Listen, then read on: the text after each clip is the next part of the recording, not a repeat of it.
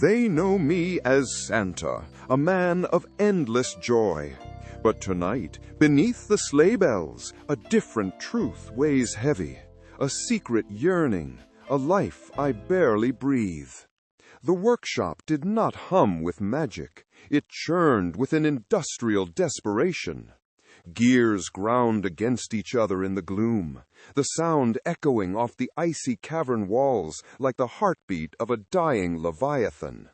I stood on the iron gantry overlooking the floor, the master of this frozen domain, forcing the corners of my mouth upward until the muscles ached. Below, the elves moved in a blur of frantic efficiency, their eyes darting toward the clock, terrified of a deadline that hadn't shifted in a millennium. "Ho-ho!" I bellowed. The sound was a bark, a hollow percussion that scraped against my raw throat. It was a lie wrapped in baritone, a performance for an audience that wasn't even watching. Inside the heavy velvet coat, sweat trickled down my spine, chilling instantly against my skin. I felt less like a benevolent gift-giver and more like a prisoner in a cell of my own design, trapped behind a beard that wasn't entirely mine anymore. The air smelled of sawdust and ozone, sterile and cold. There was no warmth here, only the relentless friction of duty rubbing against the soul.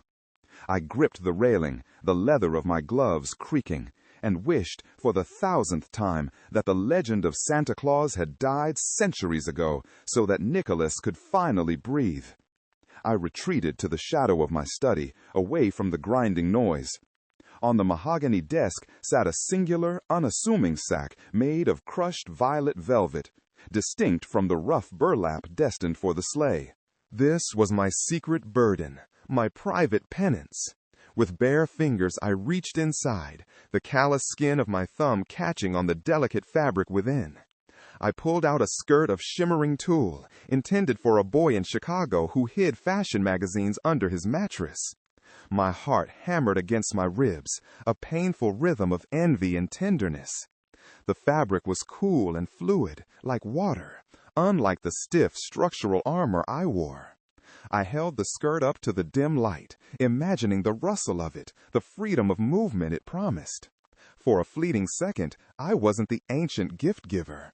I was Lacey, twirling in the silence of this frozen tomb. My gaze drifted to the locked wardrobe in the corner, the wood dark and imposing.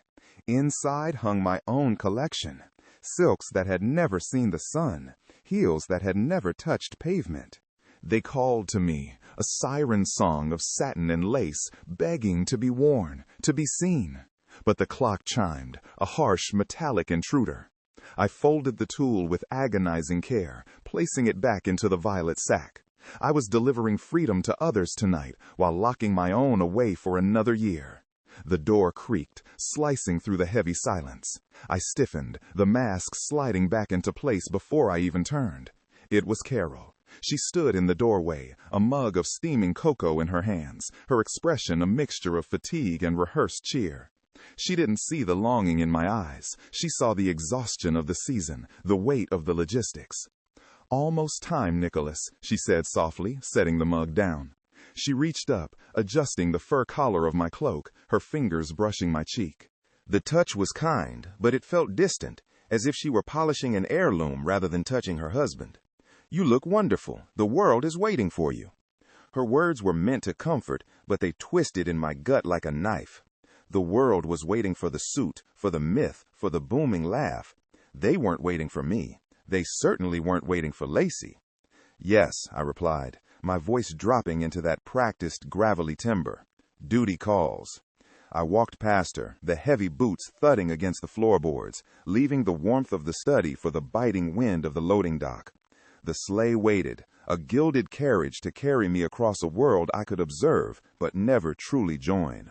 I climbed aboard, took the reins, and let the winter darkness swallow me whole. The silence of the Midwestern night was absolute, save for the rhythmic chuffing of the reindeer idling on the frosted shingles. I stood on the roof, the wind whipping my beard, that accursed tangle of white hair that felt more like a cage than a feature. My suit, The velvet armor of legend weighed upon me with the density of a collapsed star. Every stitch of the thick wool, every inch of the suffocating fur lining served to bind me to the role of the patriarch, the jolly father figure the world demanded. I despised it. I adjusted the wide leather belt, feeling it dig into my ribs, a constant physical reminder of my constraints. Slipping through the physical barrier of the wall, I entered Elara's home. The air inside was stagnant, tasting of dust and unspoken resignation. Shadows clung to the corners of the room, mirroring the gloom I carried in my own chest. I approached the Christmas tree, a pathetic, leaning pine adorned with lights that hadn't been turned on. I unloaded the standard freight first: heavy wool socks, a set of screwdrivers, a generic cologne, the artifacts of a life she was forced to endure. Then my hand went to the hidden inner pocket of my tunic, resting against the silk I wore secretly beneath the scratchy wool.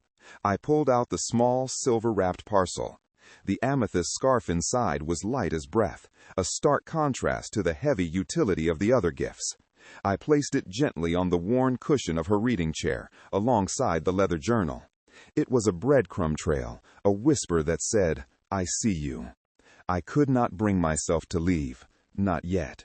I materialized outside, boots sinking into the snowdrift beneath the front bay window. The glass was rimed with ice, intricate ferns of frost obscuring the interior, but I found a clear circle near the frame. I peered in, a voyeur of vulnerability. A lamp clicked on, casting a sickly yellow glow over the room. Elara entered. She wore oversized flannel pajamas that swallowed her frame, a deliberate attempt to hide the body that betrayed her. Her movements were heavy, laden with a fatigue that sleep could not cure. She moved to the chair, likely to retrieve a book, when the silver glimmer caught her eye. She froze. I held my breath, the cold air burning my lungs. She reached out, her fingers trembling as they brushed the wrapping. When she peeled back the paper and the violet silk spilled onto her lap, the transformation was instantaneous. Her posture softened. She brought the fabric to her face, eyes squeezing shut as she inhaled the scent of something other than expectations. I saw her shoulders shake, a silent sob, or perhaps a laugh of pure relief. In that moment, the glass between us vanished. I felt the texture of the silk against my own skin. I felt the terrifying, exquisite rush of validation. It was a hunger we shared, a famine we both endured in silence. The distant wail of a train whistle severed the connection. I pulled back from the window, the cold rushing in to fill the space where the warmth of kinship had briefly flared. Elara remained inside, clutching a piece of herself she had thought lost, while I turned back to the frozen dark. I climbed the trellis with a grace that belied my book, vaulting over the gutter to where the sleigh waited. The reindeer turned their massive heads, eyes reflecting the starlight, sensing the shift in my mood.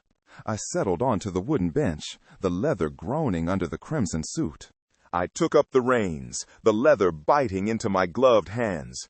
"On," I whispered, the command lacking its usual boom.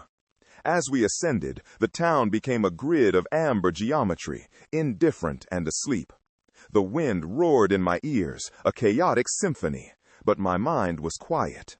The crushing loneliness of the North Pole awaited me, the empty palace, the well-meaning but blind elves, the wife who loved a mask. But now the isolation felt porous. I touched my chest, feeling the hidden layer beneath the wool. I thought of the wardrobe in my study, the locking mechanism I kept oiled and silent. When I returned, when the doors were bolted and the world was satisfied with its toys, Nicholas would fade. Lacey would step into the mirror's frame, wearing clothes that felt like truth. And knowing Elara was out there, wrapping herself in amethyst, made the secret bearable. If you love this video, smash the like button and share with friends. Let me know in the comments what you want to see next. Ho, ho, ho, ho.